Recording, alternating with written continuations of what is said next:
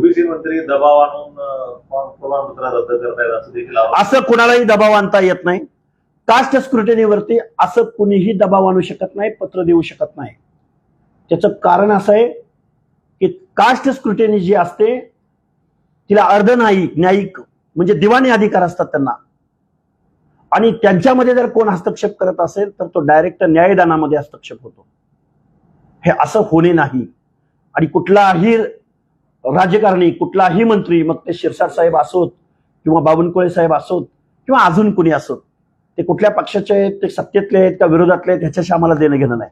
पण कुठलाही माणूस अशा पद्धतीनं कास्ट स्क्रुटिनी समितीवरती कमिटीवरती कोणीही दबाव आणू शकत नाही.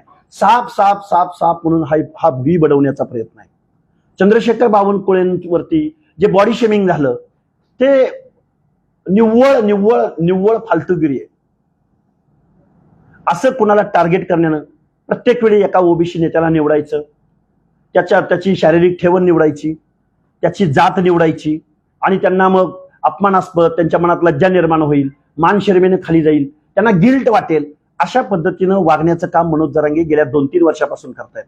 त्यांनी कधी छगनरावजी भुजबळांना टार्गेट केलं, त्यांनी कधी महाराष्ट्राचे मुख्यमंत्री देवेंद्र फडणवीसांना टार्गेट केलं गेलं, आईमाईवरून त्यांना बोलले गेले.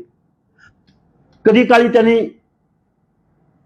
धनंजय मुंडे आणि पंकजाताई मुंडे यांना टार्गेट केलं. कधी सुद्धा एका ब्रश शब्दानं सुद्धा त्यांनी कधी जरांगेवर टीका केली नाही. त्यांना टार्गेट केलं गेलं. आम्ही तर रोजच आहे.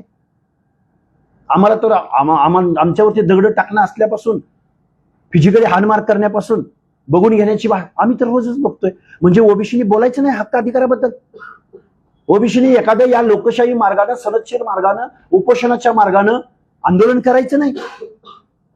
हे भयंकर आहे. 1 सप्टेंबरच्या आपल्या आंदोलनावरचा फोकस जरा सुद्धा चुकून सुद्धा आम्ही इतर दुसरीकडे कुठेही घेऊन जाणार नाही. आम्ही सनदशीर मार्गाने, लोकशाही मार्गाने आमचं आंदोलन उभं करत आहोत.